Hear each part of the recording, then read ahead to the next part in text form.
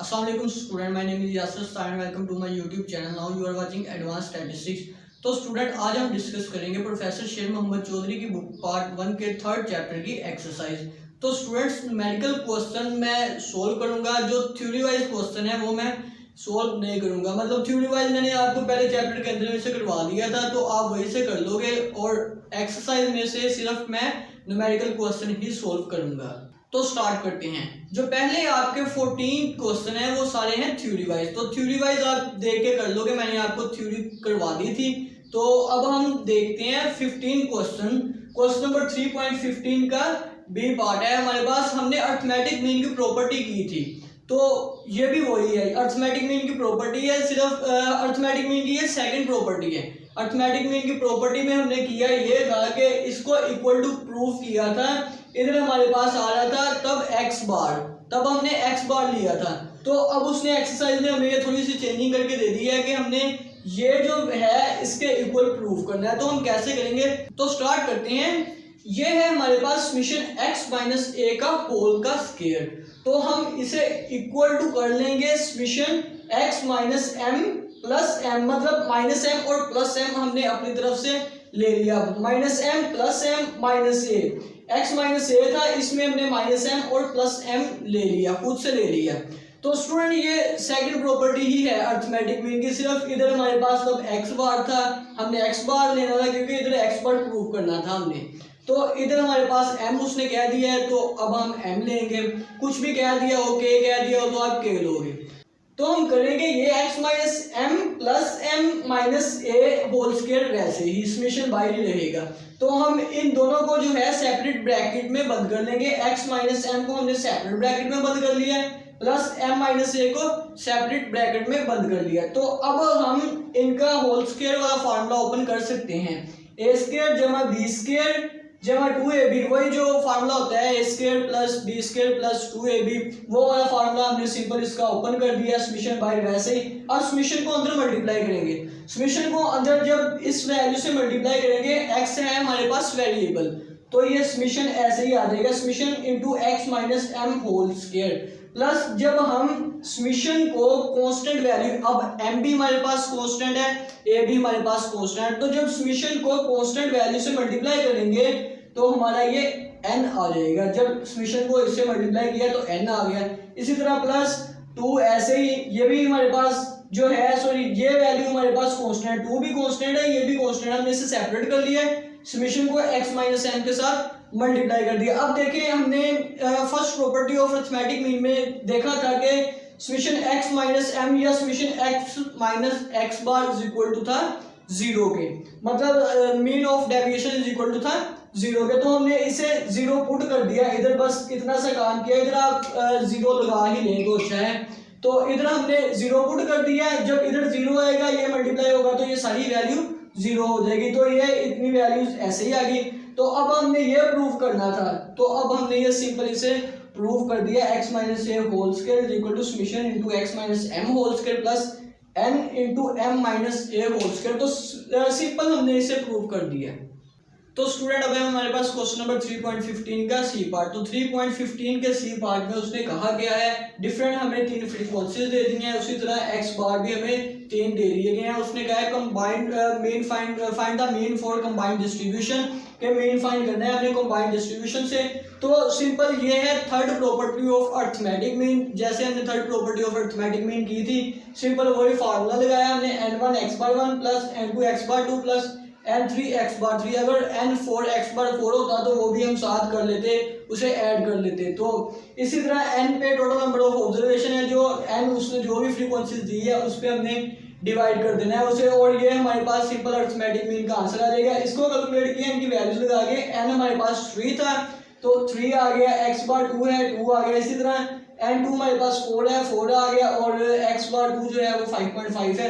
तो इसी तरह सिंपल हमने कर लिया। नीचे जो है वो n1 n2 और n3 तीनों को ऐड किया। ये हमारे पास टोटल जो इनकी कैलकुलेशन करने से 78 आया, और इन तीनों को प्लस करने से 12 आया। 78 डिवाइडेड बाय 12 किया तो सिंपल हमारे पास 6.5 इसका आंसर आ गया, सिंपल इससे कैलकुलेट करने से। तो ये अब हमारा अर्थमेटिक मीन का आंसर है कंबाइंड डिस्ट्रीब्यूशंस का x bar is equal to 6.5। हमने third property of arithmetic mean पहले भी की थी, बस उसे अप्लाई किया और इसका आंसर निकाल लिया।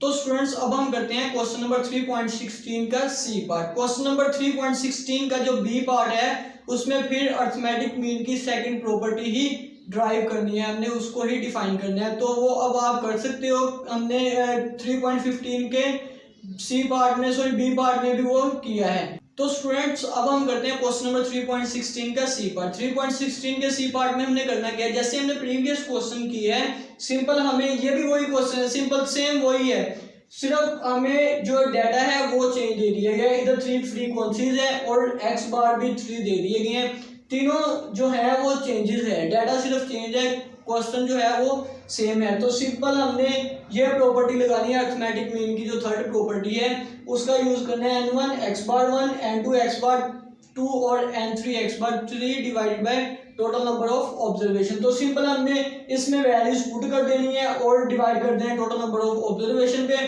सिंपल इसे कैलकुलेट करेंगे तो ये हमारे पास 2.13 अर्थमेटिक मीन का आंसर आ जाएगा। तो ये सिंपल हम इसे ऐसे सोल्व कर सकते हैं। तो स्टूडेंट्स अब हमने करना है क्वेश्चन नंबर 3.17 का ए पार्ट। तो क्वेश्चन नंबर 3.17 के ए पार्ट में उसने हमें बता दिया है कि अर्थमेटिक मीन फाइंड करना है, मीडियन फाइंड करना है और ज्योमेट्रिक मीन फाइंड करना है, और सिंपल हमें ये डाटा दे दिया गया है। अब मीडियन की बात भी उसने की है कि मीडियन भी फाइंड करना है। तो हम पहले ये जो डाटा दिया गया है हमें इसे असेंडिंग ऑर्डर में करेंगे, तरतीब वाइज इसे लिखेंगे। सबसे छोटी वैल्यूज जो है वो पहले लिखेंगे, उसके बाद उससे बड़ी वैल्यू लिखेंगे, फिर उससे बड़ी वैल्यू लिखेंगे। तो इससे पहले तरतीब देंगे 9 12 15 15 16 18 मतलब तरतीब दी है, इसे हमने पहले छोटी वैल्यूज है, उसके बाद बड़ी है, फिर उससे बड़ी, फिर उससे बड़ी, ऐसे हमने पहले से तरतीब दिया। फिर हमने सिंपल किया क्या, ये हमारे पास x है तो x हमने सिंपल ऐसे वैल्यूज लिख ली।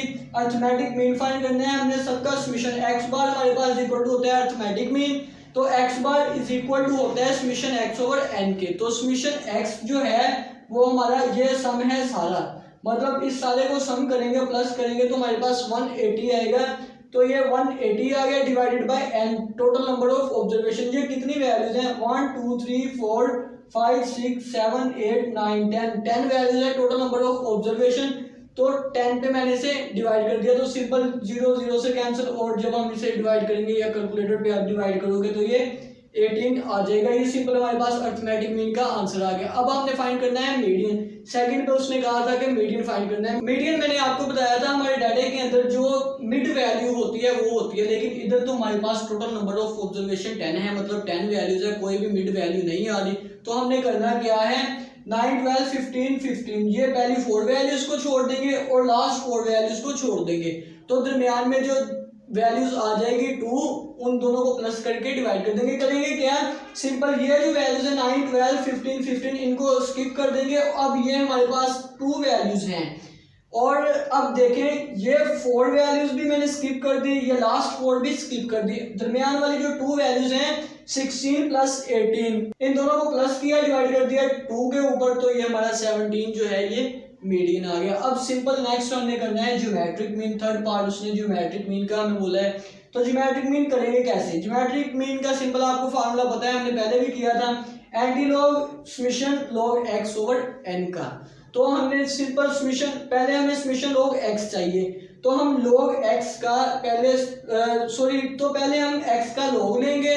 तो सिंपल लॉग लेंगे सारी वैल्यूज का, x की सारी वैल्यूज का लॉग आ जाएगा, और जब उन सबको प्लस कर देंगे तो ये हमारे पास समीशन लॉग x आ जाएगा। अब ये हमारे पास समीशन लॉग x आ गया, समीशन लॉग x आ गया, तो उसे डिवाइड करना है टोटल नंबर ऑफ ऑब्जर्वेशन 10 पे, क्योंकि ये 10 वैल्यूज है टोटल, तो 10 पे डिवाइड कर देंगे। अब इनको कैलकुलेट करने से जो आंसर आएगा उसका हम एंटी लॉग ले लेंगे, कैलकुलेटर पे शिफ्ट प्रेस करके लॉग प्रेस करोगे तो आपका एंटी लॉग आ जाएगा। एंटी लॉग लेंगे इस वैल्यूज का, तो हमारे पास सिंपल ये ज्योमेट्रिक मीन का आंसर आ जाएगा। तो स्टूडेंट्स अब हम करते हैं क्वेश्चन नंबर 3.18 का बी पार्ट। तो क्वेश्चन नंबर 3.18 के बी पार्ट में उसने कहा क्या है हमें कि फाइंड करना है हमने arithmetic mean, geometric mean and harmonic mean, और बताना है कि कौन सा एवरेज मेथड जो है वो बेस्ट है। तो अब हम इसे सिंपल करते हैं, हमें डाटा दे दिया गया है, सिंपल ये फैमिलीज बता दी गई हैं और उस एक्स बता दिया गया है, डिस्क्रीट डाटा हमें दे दिया गया है। तो सिंपल हमें x दे दिया गया है, हमने इसे अर्थमेटिक मीन फाइंड करना है। अर्थमेटिक मीन हमारा simple x bar is equal to summation x over n के होता है। तो समेशन x हमारा होता है जब x को प्लस कर लेते हैं, सम कर लेते हैं, तो समेशन x हमारा 1116 आ गया divided by n total number of observation. तो जब हम 10 पे डिवाइड कर देंगे, क्योंकि ये जो टोटल वैल्यूज हैं काउंट कर लें से 1 2 3 4 5 6 7 8 9 10, तो ये 10 वैल्यूज हैं, तो इसलिए हमने इसे 10 पे डिवाइड कर दिया। कैलकुलेटर पे सिंपल इसको 1116 लिखोगे, डिवाइड करोगे 10 पे, तो आपका अर्थमेटिक मीन का आंसर ये मिल जाएगा आपको। इसी तरह हमने ज्योमेट्रिक मीन का करना है आंसर फाइंड। तो ज्योमेट्रिक मीन का सिंपल मैंने फार्मूला पहले लिख दिया है, anti log summation log x over n का। तो समेशन लॉग x क्या है, सिंपल हम लॉग लेते जाएंगे 1 1 करके वैल्यूज का, तो वो हमारे पास लॉग आता जाएगा एक एक वैल्यूज का। लॉग लिया 85 का ये है, लॉग 70 का लिया ये है, लॉग 10 का लिया ये है। इस तरह सिंपल मैंने सारी वैल्यूज का लॉग ले लिया। तो समेशन लॉग x क्या है, जब सारी वैल्यूज लॉग वाली को प्लस करेंगे तो वो हमारे पास समेशन हो जाएगा। तो समेशन लॉग x हमारे पास ये वैल्यूज आ गई, डिवाइडेड बाय n है, मतलब total number of observation. Total number of observation हमारे पास 10 है, तो सिंपल इसे डिवाइड कर देंगे और एंटी लॉग ऐसे हमारे पास आ जाएगा। तो सिंपल इसे कैलकुलेट करेंगे इस वैल्यूज को, 17.4313 डिवाइडेड बाय 10, जो इसका आंसर आएगा उसका एंटी लॉग ले लेंगे, तो हमारे पास सिंपल ज्योमेट्रिक मीन का आंसर ये फाइंड हो जाएगा। तो अब हमने करना है हार्मोनिक मीन। हार्मोनिक मीन का सिंपल फार्मूला होता है हमारे पास reciprocal of arithmetic mean and reciprocal of its values. तो सिंपल हमने n divided by summation 1 over x, तो हमें समेशन 1 ओवर x चाहिए। समेशन 1 ओवर x कैसे आएगा, हम 1 ओवर x करते जाएंगे और उसका आंसर फाइंड करते जाएंगे, मतलब 1 डिवाइडेड बाय x वैल्यूज है 85, 1 डिवाइडेड बाय 85 करेंगे ये आंसर आ जाएगा। उसके बाद है 1 डिवाइडेड बाय 17 करेंगे ये आंसर आ जाएगा, 1 डिवाइडेड बाय 10 करेंगे ये आ जाएगा, 1 डिवाइडेड बाय 75 करेंगे ये आंसर आ जाएगा। सिंपल सारी वैल्यूज का हम 1 डिवाइड करके x कर देंगे, मतलब 1 डिवाइडेड बाय x करते जाएंगे, आंसर आता जाएगा। फिर जब सबका आंसर हमें फाइंड हो जाएगा, हम उसका समेशन ले लेंगे, मतलब सारी वैल्यूज को प्लस कर लेंगे। तो सारी वैल्यू समेशन 1 ओवर x हमारे पास 0.3470 आ गया, ये मैंने नीचे लिखा, और n जो है टोटल नंबर ऑफ ऑब्जर्वेशन जैसे हमने ऊपर भी किया है, तो ये 10 आ गया। 10 डिवाइडेड बाय 0.3470 करेंगे, हमारे पास हार्मोनिक मीन का जो है आंसर वो ये आ जाएगा। तो अब हमें पता होना चाहिए जो एवरेज है, 5 टाइप्स हैं एवरेज की, इन सब में से जो एक्यूरेट आंसर वो कौन देता है, मतलब सबसे बेस्ट आंसर किसका आता है। तो ज्योमेट्रिक मीन जो है इन 5 टाइप में से जो ज्योमेट्रिक मीन है सबसे बेस्ट आंसर हमारा उसी का आता है। ज्योमेट्रिक मीन से हम जब कैलकुलेट करते हैं वैल्यूज और एवरेज निकालते हैं, तो सबसे बेस्ट आंसर जो है वो ज्योमेट्रिक मीन का ही आता है। तो हम इसे बस सिंपल इसे लिख देंगे, geometric mean is the best average. तो स्टूडेंट्स ये था हमारा आज का लेक्चर, इंशाल्लाह नेक्स्ट लेक्चर में मिलेंगे, तब तक के लिए मुझे दीजिए इजाजत, अल्लाह निगहबान।